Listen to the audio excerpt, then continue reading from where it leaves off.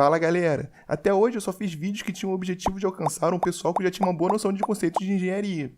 Hoje eu começo uma série de vídeos que espero que ajude quem não tem muito conhecimento dos assuntos, mas que tem curiosidade e vontade de aprender.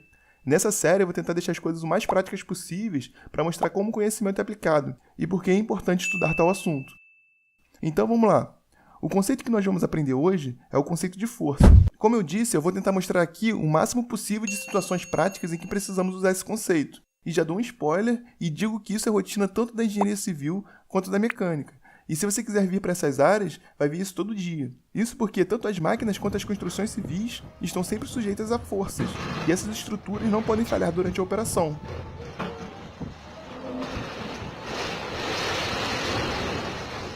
Mas o que são forças?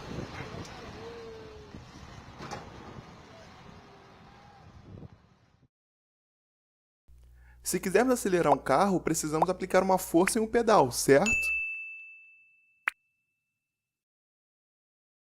O carro anda porque existe a combustão dentro do motor que cria uma força para empurrar o pistão e girar o eixo.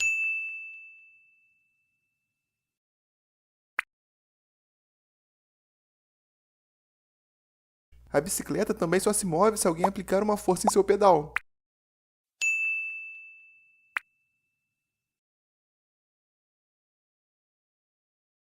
O moinho se move graças à força da água em suas pás.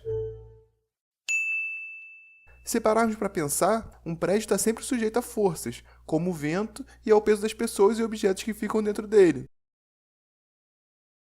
Então, podemos perceber que a força é sempre uma interação entre corpos, e essa interação é sempre no sentido de fazer com que se tenha movimento.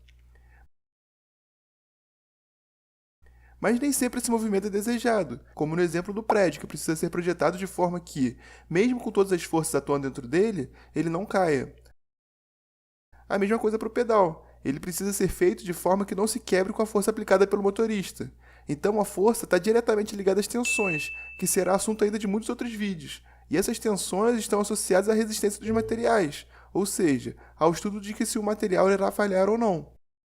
Então, uma aplicação direta do estudo da força está no estudo das tensões, que é muito importante para o estudo da resistência dos materiais, como aço, alumínio, concreto, madeira, fibra de carbono e muito mais. Então, se quisermos entender a mecânica, é preciso entender o movimento, e é claro, o que gera o movimento. Vamos olhar para esse bloco. Podemos notar que ele está parado, ou seja, sua velocidade é zero, e se nada interagir com ele, ele vai continuar parado para sempre.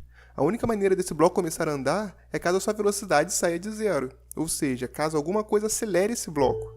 Agora nós falamos de duas coisas importantes, a aceleração e alguma coisa que gera a aceleração. A aceleração nada mais é do que o fenômeno da mudança de velocidade. Se eu estou com um carro andando a 20 km por hora e quero andar a 80 km por hora, eu preciso acelerar. Se o carro está parado a 0 km por hora e quero que ele ande a 1 km por hora que seja, então ele precisa acelerar.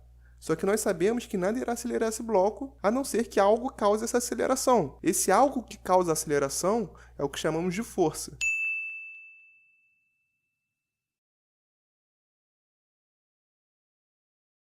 Então, para deixar claro, se alguma coisa mudou de velocidade, é porque teve uma aceleração. E essa aceleração só aconteceu porque alguma força agiu no sistema.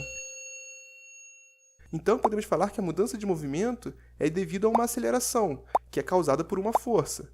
Uma força age em algum corpo, causando uma aceleração que se traduz em movimento ou velocidade.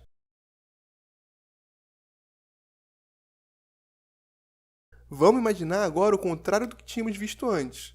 Um bloco de gelo em movimento sobre uma pista de gelo. Então, vamos fingir que nesse caso não tem atrito nenhum.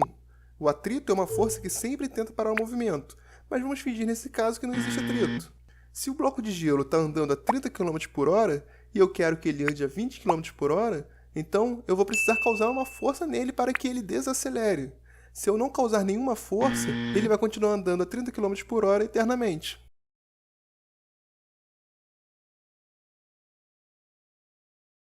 Nós nem percebemos, mas acabamos de falar da primeira lei de Newton. Se um corpo está parado e ninguém fizer uma força nele, ele vai continuar parado. Da mesma forma, se um corpo está andando e ninguém fizer uma força nele, então ele não vai diminuir a sua velocidade, permanecendo em movimento. A gente dá o nome a esse fenômeno de inércia, e podemos ver essas duas situações nos carros. A primeira situação é quando estamos com o carro parado e precisamos nos movimentar, ou seja, precisamos sair da inércia. Essa é a situação que mais força o motor, porque a única maneira de conseguir acelerar é aplicando uma força. Podemos ver que os carros que andam na cidade consomem muito mais gasolina do que os carros que andam nas estradas. Isso porque nas cidades você acaba parando e andando, ou seja, forçando o motor, devido aos sinais de trânsito e ao próprio engarrafamento. A segunda situação é observável nos acidentes de trânsito. Se o motorista está andando a 80 km por hora e bater em uma parede, apesar do carro ter parado, o motorista irá continuar andando a 80 km por hora, porque a força foi feita no carro e não no motorista.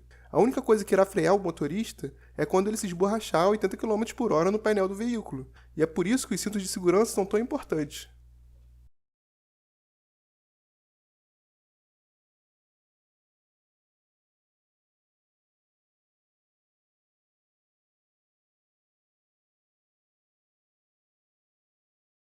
Então, para finalizar o vídeo, eu vou falar como se dá a divisão do estudo da força. Quando a gente sabe que existem forças atuando em um corpo, mas ele está parado, ou em movimento constante, isso é alvo do estudo da estática, e é muito importante, como eu já tinha falado, para a resistência dos materiais. Já o estudo dos corpos em aceleração é feito na dinâmica, que também tem uma gama enorme de aplicação, como no estudo de automóveis, aeronaves, balísticas e muito mais.